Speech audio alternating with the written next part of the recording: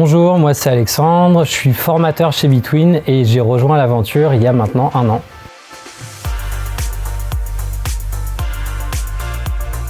Être formateur chez Between, c'est à la fois avoir des formations en présentiel mais aussi à distance. C'est aussi gérer toute la partie un petit peu administrative avec les clients.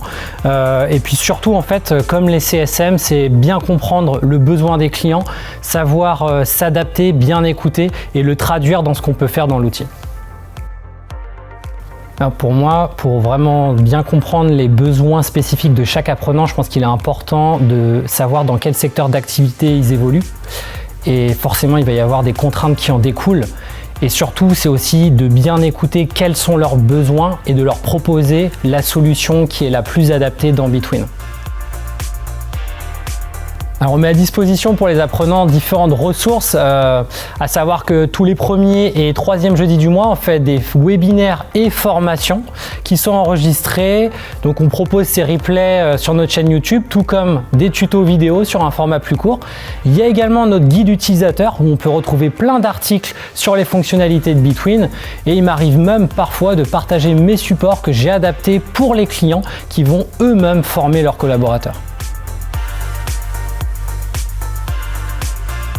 Alors les avantages de la formation Between, déjà c'est de pouvoir faire des cas pratiques, de faire des exercices qui vont s'inscrire dans un vrai processus de recrutement et surtout de pouvoir poser ces questions en temps réel pendant la formation. Et le gros avantage, c'est qu'on est certifié Calliope, donc il y a aussi la possibilité de se faire rembourser les formations par les OPCO. Pour la petite anecdote, récemment, après une formation, j'ai pu discuter avec la chef de projet d'un centre hospitalier et en discutant avec elle et en cherchant un petit peu à comprendre quel était leur process de recrutement interne, j'ai pu lui proposer une autre solution qui était la DAR, en fait, la demande d'autorisation de recrutement.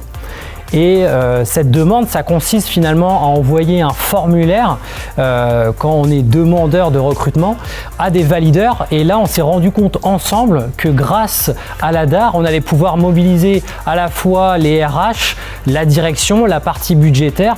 Tout le monde va pouvoir s'impliquer dans l'outil. Et en fait, c'est bien parce que ça va limiter l'envoi de mails. Tout se passe dans Between. Et vraiment, en fait, c'est un gain de temps pour tout le monde.